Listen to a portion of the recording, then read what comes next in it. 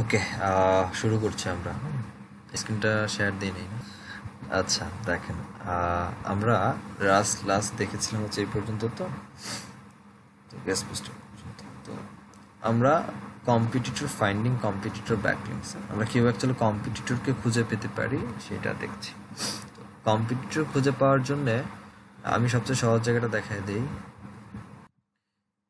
এখানে যে ওয়েবসাইটটা আছে, এই যে ওয়েবসাইটটা আছে স্পাইগ্লাস নামে ওয়েবসাইট, এটা পেইড সফটওয়্যার যদিও, কিন্তু ফ্রিতে আপনারা কাজটা চালাতে পারবেন, ঠিক আছে?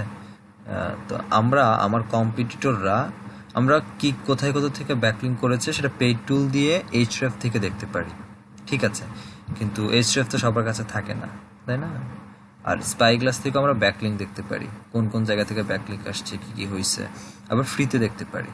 সো এই স্পাইগ্লাস যে একটা সফটওয়্যার, 300 MB একটা সফটওয়্যার, এই সফটওয়্যারটা নামায় নিবেন।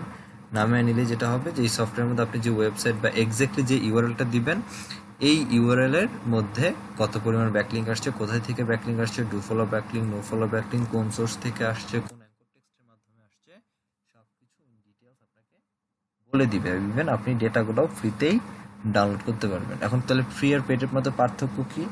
কি ট্রায়াল কোনো ভার্সন কিনা না, সফটওয়্যারটা নামাবেন, নামানোর পরে ফ্রিতে মনে হয় 500টার মতো আপনার হচ্ছে লিঙ্ক, মানে একটা ধরেন একটা ইউআরএল দিয়েছেন যে এটার জন্য অ্যানালাইসিস করবেন। তো ইউআরএল এর মধ্যে যদি 1000 ব্যাকলিঙ্ক থাকে বা 1 লাখ 2 লাখ ব্যাকলিঙ্ক থাকে, তার মধ্যে থেকে 500টা ব্যাকলিঙ্ক আপনাকে হয়তো বা দেখাবে, ঠিক আছে? এই 500টা কিন্তু এনাফ আপনার জন্য কম্পিটিটর ব্যাকলিঙ্ক। যে কম্পিটিটররা অ্যাকচুয়ালি আমি যে ওয়েবসাইটের জন্য কাজ করছি, সেই যে কিওয়ার্ডের জন্য কাজ করবো আমার ওয়েবসাইটকে র্যাঙ্কিং করানোর জন্য, ওই ওয়েবসাইটের এগেনস্টে কোন কোন ওয়েবসাইট আছে যারা আমার কম্পিটিটর এবং তারা কোথায় থেকে ব্যাকলিঙ্ক করেছে, এইটা আমরা স্পাইগ্লাস দিয়ে পেয়ে যাব। ইভেন দো স্পাইগ্লাস আরেকটা হেল্প করে, এই স্পাইগ্লাসটা ইনস্টল দিলে আরও 2টা অপশন পাবেন। একটা হচ্ছে ওয়েবসাইট অডিটর নামে, আরেকটা পাবেন হচ্ছে লিঙ্ক অ্যাসিস্ট্যান্ট নামে। এই যে এখানে লিঙ্ক অ্যাসিস্ট্যান্ট আছে, এইটা একটা উইন্ডো পাবেন।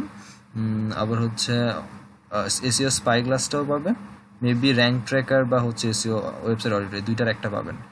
লিঙ্ক অ্যাসিস্ট্যান্ট আপনাকে যে হেল্পটা করবে সেটা হচ্ছে আপনার যে নিশ, আপনার যে ওয়েবসাইট, এই ওয়েবসাইটে যদি এখানে দেন, এই ওয়েবসাইট আপনার জন্য যদি গেস্ট পোস্ট করতে চান বা ওয়েব 2.0 করতে চান, তাহলে এই লিঙ্কটা আপনার জন্য সাইট খুঁজে বের করে দিবে যে কোথায় থেকে আপনি অ্যাকচুয়ালি আপনার ওয়েবসাইটের জন্য ব্যাকলিঙ্ক ক্রিয়েট করতে পারেন, ঠিক আছে?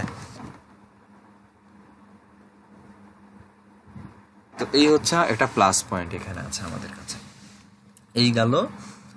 আরেকটা ব্যাপার হচ্ছে যে আপনি যে একটা ওয়েবসাইটকে গেস্ট পোস্ট করবেন এবং ওই ওয়েবসাইটের মধ্যে লিঙ্ক, মানে কন্ট্যাক্ট করার জন্য আপনি কোন ফরম্যাটে ইমেল ক্রিয়েট করবেন, সেই ফরম্যাটও এখানে পেয়ে যাবেন। এই সফটওয়্যারের মধ্যেই করা আছে। তাদেরকে সাথে কমিউনিকেট করার জন্য কিছু ইমেল বা ফোন নাম্বার যদি কিছু থেকে থাকে, সেটাও আপনারা এই লিঙ্ক অ্যাসিস্ট্যান্টের মাধ্যমে পেয়ে যাবেন। সো স্পাইগ্লাস অল ওভার একটা কম্পিটিটরকে তার ব্যাকলিঙ্ক অ্যানালাইসিস করার জন্য অনেকটা বেশি হেল্প করে। এটা ডাউনলোড করে দিবেন, ঠিক আছে? তাইলেই হবে। আসেন এখন কথা হচ্ছে রিভার্স ইঞ্জিনিয়ারিং মেথডটা অ্যাকচুয়ালি কি। রিভার্স ইঞ্জিনিয়ারিং এর মেথড, রিভার্স ইঞ্জিনিয়ার এসইও বা রিভার্স এসইও, অথবা এটাকে আরেকটা নামে কল করা হয়, সেটা হচ্ছে যে নেগেটিভ এসইও। এটা অ্যাকচুয়ালি কি? ধরেন আপনার কথা হচ্ছে যে আপনি আপনার কিওয়ার্ড নিয়ে আপনার সাইটকে র্যাঙ্ক করবেন। তো কোথায় র্যাঙ্ক করবেন? ধরেন প্রথম পেজের তো একটা পজিশন থাকবে যে 4 নাম্বার বা 2 নাম্বার বা 3 নাম্বার পজিশনে যে আছে তাকে আউট করতে হবে, তার পজিশন আমি হোল্ড করবো। সো ধরেন যে আপনি আপনার ফার্স্ট পেজের, যেমন আমি যদি একটু সার্চ করি এখানে যে বেস্ট আইফোন, যখন বেস্ট আইফোন লিখে সার্চ করলাম, মনে করেন যে এই ওয়েবসাইট হচ্ছে আপনার কম্পিটিটর, যার বলতে ফাইটিং কম্পিটিটর, যাকে কিনা আপনি এখান থেকে তাকে সরে আপনি তার পজিশন হোল্ড করবেন। এখন এই ব্যক্তিকে খুব ভালোভাবে আপনি রিসার্চ করেছেন, রিসার্চ করার পরে দেখতেছেন যে ঠিক আছে, ভালোভাবে রিসার্চ করে দেখলেন যে সে যা যা করছে তাই আপনি করেছেন আপনার ওয়েবসাইটের জন্য, বরং তার থেকে বেটার কন্টেন্ট আপনি লিখেছেন, কিন্তু কথা হচ্ছে আপনি তার সাথে তার পজিশন হোল্ড করতে পারতেছেন না। এখন তাহলে কি করা? অনেক চেষ্টা করছেন, সে যেখান থেকে ব্যাকলিঙ্ক ক্রিয়েট করছে সব কিছুই করেছেন, হ্যাঁ, কিন্তু আপনি তার র্যাঙ্কটা ধরতে পারছেন না। তখন আমরা যেটা করি সেটা হচ্ছে যে আমার ওয়েবসাইটের কাজটাকে অফ রেখে দিই। বা একটু স্লো করে দিই বা কন্টিনিউ রাখি, রাখার পরপরই সাথে সাথে আমি যে কিনা আমার কম্পিটিটর, যেমন এই ওয়েবসাইটটা হচ্ছে আমার কম্পিটিটর, এই ওয়েবসাইটের যে ইউআরএলটা এখন এই কিওয়ার্ডের জন্য র্যাঙ্ক করতেছে, এই ইউআরএল এর পেছনে আমরা স্প্যাম ব্যাকলিঙ্ক ক্রিয়েট করা শুরু করি। যখনই এর পিছনে আমরা, যেহেতু আমরা অন পেজ কিছু করতে পারবো না, ক্ষতি করার দিকে, নেগেটিভ মানেই ক্ষতি করা, রিভার্স মানেই ক্ষতি করা, হ্যাঁ, তো আমরা করি কি স্প্যাম ব্যাকলিং একে দিচ্ছি। যত বেশি আমরা ওকে স্প্যাম ব্যাকলিং দিতে পারবো, গুগলের কাছে ইরিলেভেন্ট সাইট থেকে আমরা ব্যাকলিং দিতে পারবো। গুগল যেহেতু এটাকে ভালো চোখে দেখে না, তখন অবভিয়াসলি গুগল কি করবে কি এখান থেকে সরাই দিবে। আর যেহেতু আমি এ যা করেছে সব কাজ আমি করে ফেলেছি, তার মানে এইখান থেকে যদি এই ব্যক্তি সরে যায়, সেক্ষেত্রে এই ব্যক্তির পজিশন গুগল আমাকেই, আমার ইউআরএলকেই হচ্ছে পিক আপ করবে। এইটা হচ্ছে অ্যাকচুয়ালি রিভার্স এসইও। যখন আমরা আমার কম্পিটিটরের সাথে পারি না কাজ করে, সব করার পরেও, তখন আমরা আমাদের কম্পিটিটরের ওয়েবসাইট বা ইউআরএল এর জন্য নেগেটিভ বা খারাপ ব্যাকলিঙ্ক বানাই, বা তার জন্য আমরা অফ পেজের এসইও করি অ্যাকচুয়ালি। হ্যাঁ, এটাই অ্যাকচুয়ালি রিভার্স ইঞ্জিনিয়ারিং মেথড বা রিভার্স এসইও বলা হয়। ভাই এটা ব্ল্যাক হ্যাটের মধ্যে পড়ে না? বলেন, বুঝি না। ব্ল্যাক হ্যাটের বুঝছি, তারপরে আরেকজন কি যেন বলতে চাচ্ছিলেন। বলবো হ্যাঁ নারুল ভাই বলেন। যদি আমার সাইটের জন্য যদি কেউ এরকম রিভার্স ইঞ্জিনিয়ারিং করে, এটা ঠিক করার জন্য কি করতে হবে? সেটা দেখাই দিচ্ছি। তো এখন এটার মানে তো এটা না যে আপনি করে যাবে, আপনি কিছু করবেন না। আপনি যখন দেখবেন যে আপনি এই স্টেপ দিয়ে ট্রাই করলেন, বা আপনাকে গুগল সার্চ কনসোলের মাধ্যমে আমরা দেখতে পারি যে কোন কোন কিওয়ার্ডগুলোর জন্য আমার এখানে অ্যাকচুয়ালি হচ্ছে, বা কোথায় কোথায় থেকে আমার ব্যাকলিঙ্ক আসছে। ব্যাকলিঙ্ক আমরা কিন্তু গুগল সার্চ কনসোল থেকে দেখতে পারি। তো আমি যদি পেয়ে যাই, তখন আমরা যেটা করব সেটা হচ্ছে কোন কোন সাইট অ্যাকচুয়ালি আমার নেগেটিভ সাইট যেগুলো স্প্যাম দিচ্ছে, কোন কোন সাইট লিঙ্কগুলো, সেই লিঙ্কগুলোকে একটা লিস্ট করব। লিস্ট করে এই নোটপ্যাডের মধ্যে হচ্ছে আমরা অ্যাড করব, নিয়ে নিব নোটপ্যাডে। ফার্স্ট অফ অল নোটপ্যাডে নিব, লিস্ট করবো একটা করে। আবার লাইন বাই লাইন দিয়েন না, হ্যাঁ, যেমন এটা .com, তারপরে কমা দিয়ে এখানে এভাবে দিবেন না, বরঞ্চ লাইন বাই লাইন করে দিবেন, এরকম যে xyz.com, এভাবে লাইন বাই লাইন যে সকল এক্স্যাক্টলি যে ইউআরএলগুলো থেকে আপনি ব্যাকলিঙ্ক পাচ্ছেন বা স্প্যাম ব্যাকলিঙ্ক পাচ্ছেন যেগুলো থেকে আর কি, লিস্টগুলো করবেন। করার পর একে সেভ করবেন হচ্ছে ডিসবল লিঙ্ক নাম দিয়ে। হ্যাঁ, আমি যদি কন্ট্রোল এস করি, সেভ করে দিবেন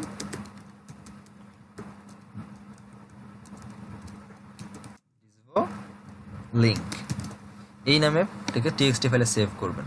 সেভ করে দেওয়ার পরে আপনি চলে যাবেন হচ্ছে গুগলের, এখানে এসে সার্চ করবেন ডিসেবল লিঙ্ক। এখানে একটা গুগল সার্চ কনসোল একটা টুলস আছে, google.com tools disable links main. তো আমরা এইখানে যাই, এখানে গিয়ে আমাদের যেই ওয়েবসাইটের জন্য এটা হচ্ছে আসছে, যেই ইমেল থ্রুতে আমার সার্চ কনসোলের সাথে হচ্ছে ইমেল ওয়েবসাইটটাকে ভেরিফাইড করা আছে, সেই ইমেল দিয়ে আমাকে এখানে লগ ইন করতে হবে। লগ ইন করে ডিসবো সার্চ কনসোলে আসলাম। আসার পরে আমার এখানে যে সিলেক্ট প্রপার্টি আছে, সেইখানে আপনার যদি 3টা 4টা 5টা ওয়েবসাইট থাকে, সেক্ষেত্রে ওয়েবসাইটের লিস্টটা এখানে সিলেক্ট প্রপার্টিতে ক্লিক করলে চলে আসবে। দেখছেন, আপনার মনে করেন এই ওয়েবসাইটের জন্য আপনি ডিসবো লিঙ্ক করতে চান, আমি এখানে ক্লিক করছি। যদি ক্লিক করি, এইখানে দেখেন লেখা আছে আপলোড ডিসবো লিস্ট। এইখানে ডিসেবল লিস্টের মধ্যে এখানে ক্লিক করলে আপনার যে টিএক্সটি ফরম্যাটের যে ফাইলটা আপনি করেছেন, সেটাকে সিলেক্ট করে এখানে দিয়ে দিবেন। এটাই কাজ শেষ। দেওয়ার পরে আর নেক্সটের কিছু সাবমিট নাই, দিয়ে দিবেন। এখানে অটোমেটিকলি গুগল একটা সময় নিবে, যে লিঙ্কগুলো দিবেন সেগুলো একটা সময় পরে ম্যানুয়ালি করে আপনার যে পেছনে যে ব্যাকএন্ডে যেই ওয়েবসাইটের ইউআরএল পেছনে যে লিঙ্কগুলো ক্রিয়েট করা হইলো as a backlink, bad backlink বা স্প্যাম ব্যাকলিঙ্ক হিসেবে, সেগুলোকে গুগল রিমুভ করে দিবে, ইন্ডেক্স থেকে ডিইন্ডেক্স করে দিবে। এটা হচ্ছে ওই জায়গা থেকে বাঁচার উপায়। বুঝতে পেরেছি?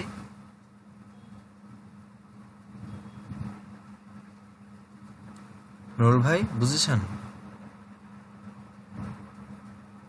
ওই যে আমাদের যে স্পাই গ্লাস যেটা নামাইছি, এইটার মধ্যে আপনার সবগুলা লিঙ্ক আছে, ঠিক আছে?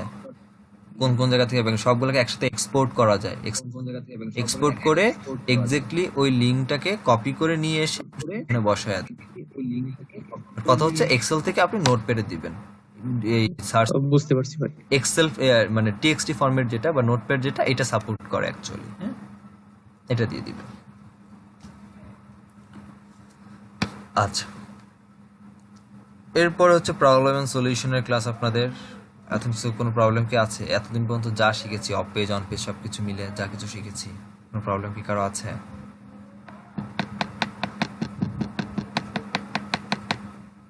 ওই আর্টিকেল রাইটিং আছে না? ভাই জি ভাই বলেন। ওই ভাই জি, জি, বলেন ভাই।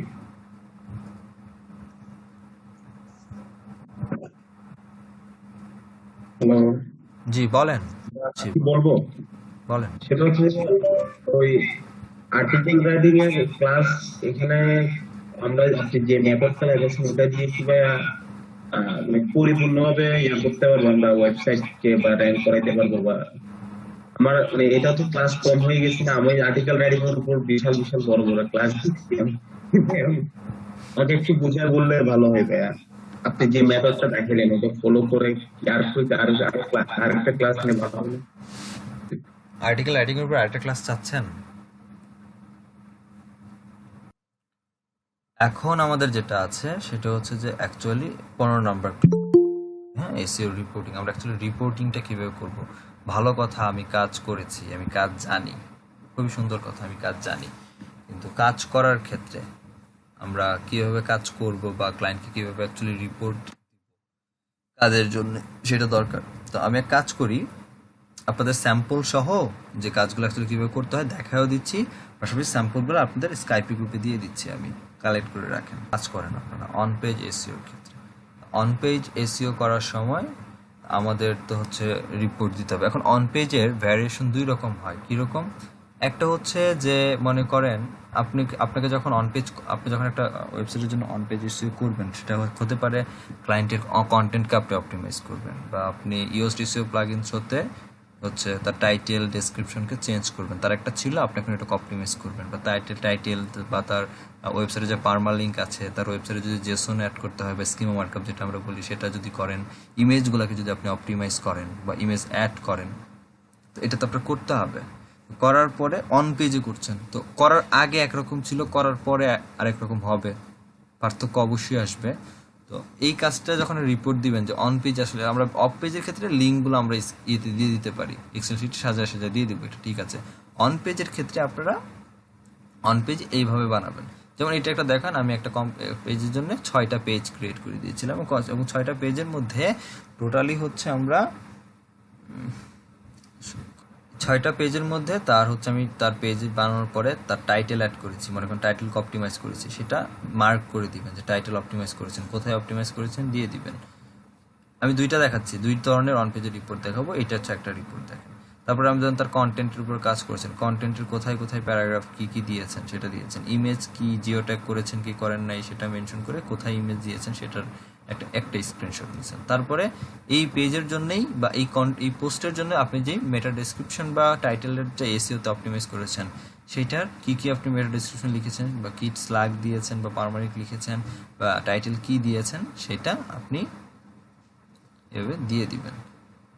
তারপরে সিমিলারলি এরকম প্রত্যেকটার জন্য এভাবে একটা একটা একটা একটা করে আপনাকে করতে হবে, ঠিক আছে। এইভাবে একটা ওয়ার্ড ফাইলের মধ্যে রিপোর্ট করে এটাকে পিডিএফে কনভার্ট করে নিয়ে ক্লায়েন্টকে রিপোর্টটা দিয়ে দিবেন, বা ডক্স ফাইলটাই হচ্ছে ক্লায়েন্টকে দিয়ে দিবেন, ঠিক আছে। সেই ক্ষেত্রে আপনার প্রুফটা সাবমিট থাকলো যে আপনি অন পেজে অ্যাকচুয়ালি তার জন্য কী কী চেঞ্জ নিয়ে আসছেন। যেমন এটা একটা তাকে, তারপরে আমি একদম লাস্টে দেখাই দিচ্ছি ফাইনাল 6টা পেজের রিপোর্ট, যে কোন কোন সেই 6টা পেজ যেগুলো আমি বানিয়েছি সেগুলো চেক মার্ক করে দিয়ে সেগুলোকে আবার রাইট বাউন্ডারিজ দিয়ে আবার মার্ক করে দিয়ে দিচ্ছি যে কোথায় কোথায় আমি বানিয়েছি। এইভাবে অ্যাকচুয়ালি একটা অন পেজের যখন এসইও করবেন, অন পেজ এসইও করার ক্ষেত্রে অন পেজের রিপোর্টটা এইভাবে আপনারা ক্রিয়েট করবেন, ক্রিয়েট করে ক্লায়েন্টকে দিবেন।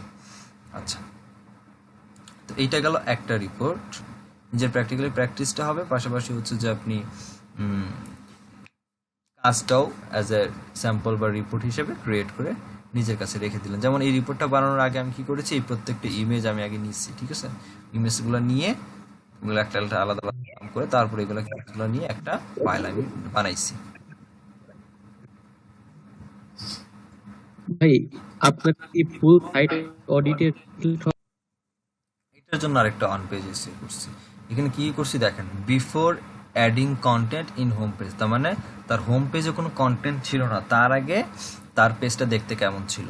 ক্লায়েন্ট যদি আমাকে বলে যেটা তো আমার আগেই ছিল, তুমি এটা তো করো নাই, এইটার প্রমাণ আমি ক্লায়েন্ট যেন আমাকে না করতে পারে, আমাকে যেন কোনো ব্লেম দিতে না পারে, সেটার জন্য আগে তার কি ছিল সেটার একটা স্ক্রিনশট নিচ্ছি এবং দিয়ে লিখে বলে দিয়েছি যে before adding content home page. Home পেজে কন্টেন্টের লেখা দেওয়ার আগে তোমার সাইট ছিল অ্যাকচুয়ালি দেখতে এরকম, একটু সময় দেন। এবং কন্টেন্ট লাগানোর পরে এখন কন্টেন্টের মধ্যে কী কী দিছি পরে বললাম, তো তার যেটা দরকার ছিল আমি সেগুলোই দিছি। তো আমি এখানে জাস্ট দেখে রাখেন আর কি। তো বিফোর অ্যাডিং কন্টেন্টের আগে হোম পেজের অবস্থা এমন ছিল, after adding H1 tag, H2 tag with main keyword and sentence plus content, সবগুলো অ্যাডের পরে তার এগুলো অ্যাড করা দরকার ছিল। তার H1 tag, H2 tag add করা দরকার ছিল হোম পেজের মধ্যে, তার মেইন কিওয়ার্ডগুলোকে অ্যাড করে সেন্টেন্সগুলোকে অ্যাড করা এবং সেন্টেন্স আর কন্টেন্টগুলোকেও অ্যাড করা দরকার ছিল। অ্যাড করার পরে অ্যাকচুয়ালি কেমন হয়েছে সেটা হচ্ছে ওভারভিউ। যেমন এটাকে তার H1 ট্যাগ আফটার ইনক্লুডিং, দেখেন দিয়ে দিছি after including H1 H2 tag, তো এগুলো এখানে মেনশন করে দিয়ে দিছি যে এটা হচ্ছে H1 ট্যাগ, এটাও H1 ট্যাগ, মাঝখানে এগুলো যেগুলো আছে এগুলো হচ্ছে H2 ট্যাগ দিলাম। দেওয়ার পরে ক্লায়েন্টকে আরেকটা যে রিপোর্ট দিয়েছি সেটা হচ্ছে যে এরপর আস্তে আস্তে নিচে যাই, এখানে কন্টেন্টের পরে এই যে এখানে আমি এই যে after added content geo tag image, so এই তার ওয়েবসাইটে কন্টেন্ট অ্যাড করেছি, এই তার ওয়েবসাইটে ইমেজ অ্যাড করেছি, এগুলো অ্যাড করেছি। যেমন এই যেখানে যেটা ছিল অ্যাপ্লায়েন্স রিপেয়ার গ্যান্ডেল সার্ভিস, এই যেখানে এটার পরের অংশটা হচ্ছে এইটা আর কি অ্যাকচুয়ালি। তো নিলাম, নেওয়ার পরে আবার একটা বলছে আফটার অ্যাডিং রিচ স্কিমা, তার ওয়েবসাইটে রিচ স্কিমাকে অ্যাড করার পরে তার এই জায়গার মধ্যে স্কিমা অ্যাড করেছি, সেটার জন্য একটা কন্টেন্ট একটা স্ক্রিনশট দিয়েছি। এখানে হচ্ছে রিচ স্কিমাকে আমি যে অ্যাড করলাম, আমি কোথায় অ্যাড করেছি, এটা হচ্ছে আমাদের প্লাগইনের মধ্যে ওয়ার্ডপ্রেসে অ্যাড করছি। ওয়ার্ডপ্রেসে অ্যাড করার পরে ফাইনাল করার পরে যখন আমরা সেভ করেছি, সেভ করার পরে ওই পেজের যে পেজে আমরা অ্যাড করেছি বা যে পোস্টের মধ্যে আমরা অ্যাড করেছি, ওই পোস্টের ভিউ পেজ সোর্সে গিয়ে এটাকে খুঁজে বের করছি, খুঁজে বের করে এখানেও দেখায় দিয়েছি যে হ্যাঁ দেখেন ভিউ পেজ সোর্সের মধ্যে আপনার এটা আছে। তারপর তার ফুটারের কিছু কাজ করতে হয়েছিল।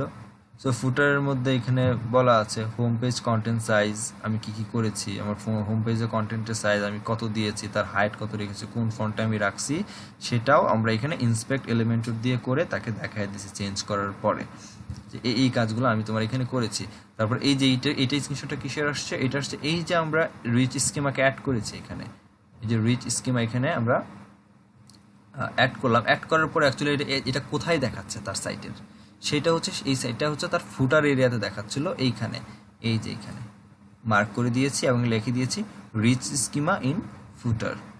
তার ফুটার এরিয়ার একদম নিচে এটাকে দেখাচ্ছিল স্কিমা অ্যাড করার পরে। ক্লায়েন্টের এভাবে দরকার ছিল, আমি ক্লায়েন্টের জন্য এভাবে দিয়েছি। তারপরে হচ্ছে তার সাইটের জন্য আমি হচ্ছে তার ফ্রন্টের সাইজটাকে আমি চেঞ্জ করেছি, সেটা আমি দিয়েছি, লাইনের হাইট কত দিয়েছি, ফ্রন্ট কি দিয়েছি। তারপর হচ্ছে জেসোনেলডি অ্যাড করার পরে তার ওয়েবসাইটের কেমন জেসোনেলডি কোড এবং জেসোনেলডি আমি টেস্ট করে দেখিয়ে দিছি যে হ্যাঁ যে দেখেন আমি জেসোনেলডি টেস্ট করছি এবং আপনার যে এলডি আমি জেসোনেলডি আপনার জন্য বানিয়েছি সেটার কোনো ধরনের কোনো ইরর নাই। জেসোনেলডির মধ্যে অর্নিং থাকতে পারে, এটা অ্যাকসেপ্টেড, কিন্তু ইরোর অ্যাকসেপ্টেড না। সো ইরোরটা 0 থাকতে হবে অলওয়েজ। আমি এটা থেকে এখানে একটা স্ক্রিনশট দিয়ে দেখাই দিছি। আবার হচ্ছে বিফোর সাইটেশন, আমি ওয়েবসাইট এটা যে লোকাল ইস্যুর সাইট ছিল তো সাইটেশন ক্রিয়েট করা দরকার ছিল তার সাইটে। সাইটেশনগুলোকে আমি বানাইছি, বানানোর পরে সাইটেশনগুলোকে একটু ইন্ডেক্স করার জন্য আবার হচ্ছে আমি তার সাইটের মধ্যে এগুলোকে ঢুকাই দিছি আর কি। সো বিফোর অ্যাডিং সাইটেশনের আগে তার ওয়েবসাইটের ফুটারের অবস্থা ছিল এরকম, আর সাইটেশন বানানোর পরে যখন অ্যাড করেছি তখন এই যে ফুটারের এই অংশের মধ্যে একটু পার্থক্য করে খেয়াল করেন, দুইটা একটা আগে একটা হচ্ছে পরে। তো এইখানেই ফুটারিতে অ্যাক্রস দ্য ওয়েব নামে একটা পেজ আমি বানিয়েছি, বানানোর পরে এইখানে আমি সাইটেশনগুলোকে অ্যাড করেছি, যেটা তখন এইখানে আগে ছিল না, পরে এটা বানিয়ে দিছি। এইটার মধ্যে হচ্ছে এই হচ্ছে আমার টোটালি একটা অন পেজ এসইওর বিফোর আফটার রিপোর্টটা। এইভাবে যখন আপনার একটা ক্লায়েন্টকে অ্যাকচুয়ালি একটা অন পেজ এসইওর কাজ যখন আপনি করতে যাবেন তখন হচ্ছে এইভাবে একটা রিপোর্ট সাবমিট করবেন। কথাটা কি বুঝতে পারছি? বুঝতে পারছেন?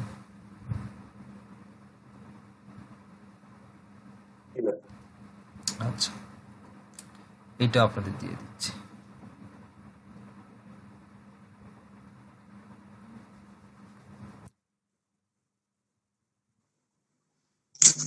ভাই সাইটেশন কোথায় কোথায় করছি এটার হচ্ছে আপনার এক্সেল লিস্ট দিতে হবে নাকি আপনি কিভাবে দেখালেন এটা?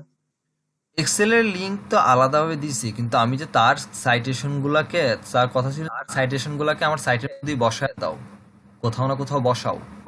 তো এই জি। তাকে দেখাই দিছে। সাইটেশন তো করতেই হবে, মাসবি, এটা তো ব্যাকলিংকের কাজ, তাই না? করতেই হবে, কিন্তু আমি তার চেয়ে চাচ্ছিল যে তার সাইটেশনের লিঙ্কগুলো তার ওয়েবসাইটের মধ্যেই ঢুকায় দেই। তো সেটাই আমি করেছি, ফুটারে নিয়ে দিয়ে। ডিপেন্ড করে ক্লায়েন্ট আপনাকে কি চাচ্ছে, বাট অ্যাকচুয়ালি রিপোর্ট আচ্ছা আপনি এইভাবে ক্রিয়েট করবেন আর কি। এখন যেই ধরনের অন পেজের কাজ আপনাকে করতে বলুক, আপনাকে হয়তো শুধুমাত্র কন্টেন্ট অপটিমাইজ করতে বলতে পারে, শুধুমাত্র হেড ট্যাগ অপটিমাইজ করতে বলতে পারে, তাই না? বা শুধুমাত্র টাইটেল ডেসক্রিপশন লেখার কথা বলতে পারে, অপটিমাইজ করার কথা বলতে পারে, ডিপেন্ড করে, বাট রিপোর্টটা এইভাবে বানাবেন। তো এই গেল হচ্ছে আপনার রিপোর্ট সাবমিটের ব্যাপারে। যদি আসি যে এইভাবে অ্যাকচুয়ালি আপনি আপনার ক্লায়েন্টের জন্য রিপোর্টগুলোকে বানিয়ে দিবেন। তো ফাইনালি ট্র্যাকিং অ্যান্ড রিপোর্টিংটা এইভাবে। ট্র্যাকিংটা হচ্ছে এখন ডিপেন্ড করে আপনার ইয়ের উপরে, প্রজেক্টের উপরে। এখন ক্লায়েন্ট যদি আপনাকে টোটাল 4 মাসের টার্গেট নিয়ে আপনি, বা 4-5 মাসের বা 1 বছরের একটা টার্গেট নিয়ে একটা ওয়েবসাইটকে র্যাঙ্কিং করানোর কাজ করেন, সেক্ষেত্রে আপনাকে ট্র্যাক করতে হবে র্যাঙ্কগুলো, কিওয়ার্ডগুলোকে, যে এই কিওয়ার্ডগুলো আমার কোথায় অ্যাকচুয়ালি র্যাঙ্ক হচ্ছে কি হচ্ছে। তবে এইটা করতে গেলে, ট্র্যাকিং করতে গেলে মাস্ট বি আপনার পেইড টুল ইউজ করতে হবে। এখন সেটা হতে পারে Ahrefs, হতে পারে সেটা SEMrush, যেটাই ইউজ করেন, বাট আপনার পেইড টুল ছাড়া অ্যাকচুয়ালি আপনি ট্র্যাক করতে পারবেন না যে এই ওয়েবসাইটটা কোন কোন কিওয়ার্ডের জন্য কোথায় কোথায় র্যাঙ্ক করতেছে। আর ট্র্যাক করার, কিভাবে ট্র্যাকিং করে বা কি করে, সেটা অলরেডি আপনাদের যখন আমি পেইড ক্লাস নিয়েছিলাম Ahrefs এর, তখন আমি দেখাই দিছি, দরকার ওই ভিডিওটা আরেকবার দেখে নিয়েন। আর রিপোর্ট সাবমিশন ব্যাপারটা যদি বলি, রিপোর্ট সাবমিশন আপনি PDF করেও দিতে পারেন, আবার অন পেজের ক্ষেত্রে ডক ফাইলটাও দিতে পারেন, ঠিক আছে? যদি আপনার ইন্টেনশন মাথায় এটা থাকে যে আপনি ক্লায়েন্টকে মার্কেটের বাইরে নিয়ে এসে আপনার প্রাইভেট ক্লায়েন্ট বানিয়ে নেবেন, হ্যাঁ, সেই ক্ষেত্রে একটা কাজ করতে পারেন। সেটা হচ্ছে যে এই যে রিপোর্টটা আপনি ক্রিয়েট করেছেন, তো মার্কেট প্লেস তো ধরে যে আপনি কেমন আপনার সার্ভিস দিবেন, তাই না? আপনি একটা কাজ করতে পারেন, সেটা হচ্ছে যে এখানেই যে ইমেজগুলো দিবেন, বা এখানে নিচে টেক্সটের মধ্যে হয়তো বা ডিরেক্টলি আপনার মেল দিতে পারবেন না, বাট এখানে আপনি হয়তো এটা বলে দিতে পারেন যে ফর ফার্দার হেল্প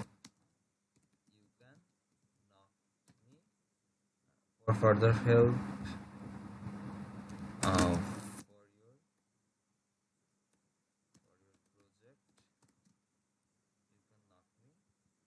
অ্যাট আপনার ইমেলটা দেন বা ফোন নাম্বারটা দেন বা স্কাইপিটা দেন, এইখানে দিয়ে ক্লায়েন্টকে ডিরেক্টলি চ্যাট বক্সের মধ্যে বলবেন না যে আমাকে এইখানে নক দেন, এখানে ইনবক্স করেন। ক্লায়েন্ট যতক্ষণ পর্যন্ত আপনার কাছে না চাইবে, রিপোর্ট দেওয়ার ক্ষেত্রে গিয়ে যদি ক্লায়েন্ট আপনার সাথে পেমেন্ট নিয়ে ভেজাল টেজাল না করে, দিয়ে দেয়, সেই ক্ষেত্রে কিন্তু এগুলো আবার চেক টেক এই কোম্পানি করে না। যখনই ক্লায়েন্ট ভেজাল করতে আসে, তখন হয়তো বা দেখলাম যে পেমেন্ট অ্যাকচুয়ালি আপনি পাবেন নাকি আপনার ফল্ট, সেটা অ্যাকচুয়ালি চেকের জন্য তখন অ্যাকচুয়ালি ডকুমেন্টগুলোকে চেকিং করা হয়। আর যখন আপনার PDF সাবমিট করে দিবেন, ডকুমেন্ট এটার মধ্যে ওয়ার্ড ফাইল আছে, যখন আপনি PDF করে দিবেন, নর্মালি এখানে আপনার ফোন নাম্বারটা থাকলো বা ইমেলটা থাকলো, এইটা একটা মোটামুটি কনসিডার করা যায়। ডিরেক্টলি আপনি কখনো মেসেজে ক্লায়েন্টকে বাইরে আনার চেষ্টা করবেন না, যদি ক্লায়েন্ট না যদি আপনার ফোন নাম্বার বা স্কাইপি নিজে থেকে চায়। নিজে থেকে চাইলে আপনি ডিরেক্টলি চ্যাট বক্সে দিয়ে দিতে পারেন, সেটা ফাইবার বা আপওয়ার্ক কেউ আপনাকে ধরবে না। ধরলেও আপনি একটা জবাব দিতে ব্যবস্থা থাকবে যে ক্লায়েন্ট আমার কাছে ওয়ার্কিং পারপাসে চাইছে, সো আমার কিছু করার নাই, আমার তো কাজ নিতে হবে, ক্লায়েন্টের কাজ আমাকে করতে হবে। So simple. আচ্ছা, র্যাঙ্ক আর্কাইভড বলতে অ্যাকচুয়ালি র্যাঙ্কগুলোকে, ওই আমার এখন র্যাঙ্ক আগে কত ছিল, এখন কততে আসছে, এই ব্যাপারগুলোকে মেনটেন করা, বা এটাকে আর একটু CTR বাড়ানোর ক্ষেত্রে কি করা যায়, এগুলো মোটামুটি অ্যাডভান্সের কাজ, যেগুলো আপনি সার্চ কনসোল থেকে ফলো আপ করতে পারেন যে আমার র্যাঙ্কিংয়ের কী অবস্থা হচ্ছে, কোথায় থেকে আমার ট্রাফিকগুলো আসছে, এবং যেখান থেকে আমার যে কিওয়ার্ডের জন্য আমার ট্রাফিক আসছে এটা CTR কত %, এই CTRকে কীভাবে আমি ইনক্রিজ করতে পারি, এই পারপাসে সাধারণত র্যাঙ্ক আর্কাইভের কাজগুলো করা লাগে আর কি। যে অ্যাকচুয়ালি আমার কিওয়ার্ডের উপর একটা ফোকাস করে আমার কিওয়ার্ডটা কতটুকু ডেভেলপ করছে, বা আমার র্যাঙ্কিং পারপাসের জন্য আমি যে ব্যাকলিংটা করলাম, ধরেন আমি 3 প্রকারের ব্যাকলিং করলাম, কি কি? একটা গেস্ট পোস্ট করছি, ওয়েব 2.0 করছি, আর মনে করেন আর্টিকেল সাবমিশন করছি, 3 টাইপসের করছি। তো এই 3 টাইপসের মধ্যে অ্যাকচুয়ালি আমার জন্য বেটার প্রফিট কে দিচ্ছে বা কে বেশি হেল্প করতেছে আমাকে র্যাঙ্কিংয়ের জন্য, আমি বরঞ্চ তার উপর একটু বেশি নজর দিই। এই ট্র্যাকিংগুলাই সাধারণত র্যাঙ্ক আর্কাইভের মধ্যে পড়ে। আচ্ছা, provide SEO work sample for your work, এটা অলরেডি আপনাদের দিয়ে দিছি। Provide all kind of resource, মোটামুটি যেগুলো আমার হাতে আপাতত ছিল এই কাজের পারপাসে, এতক্ষণ কাজের পারপাসে যা ছিল সেগুলো তো দিলামই, আগে যা যা ছিল সেগুলো কিছু লিঙ্ক মানে আপনাদের দিয়ে দিছিলাম। তো এই হচ্ছে অবস্থা। তো আমরা 16 নম্বর ক্লাসটা অ্যাকচুয়ালি করবই হচ্ছে অডিটের উপরে, তারপরে ইনশাআল্লাহ লোকাল এসিতে শেষ করার পরে আর বেশি ক্লাস নাই, ঠিক আছে? কারণ এরপরে ক্লাসগুলো মোটামুটি অনেক ছোট ছোট টপিক। এরপর ওয়ার্ডপ্রেসের উপরে ক্লাস আছে, তবে আমার যে ব্যস্ততা আছে মনে হয় না আমি নিতে পারবো, আমি নিতে না পারলে অন্য একজন মেন্টর আসবে নিতে, এটা নিয়ে শেষ করে দিবে। বাকি 24 নম্বর ক্লাসটা পরবর্তীতে হয়তো হবে, আমি আপনাদের সাথে আবার হচ্ছে অ্যাড করবো। আজকের মতো এই 40 মিনিট বা 50 মিনিট বা 20 মিনিট যাই ক্লাস হয়েছে, আজকের মতো ক্লাসটা আমি এতটুকুই নিব আপনাদের। Thank you so much. কারো কোনো কথা থাকলে, কোয়েশ্চেন্স থাকলে করতে পারেন। আমি অফিসিয়ালি ভিডিওটা ক্লোজ করে দিচ্ছি।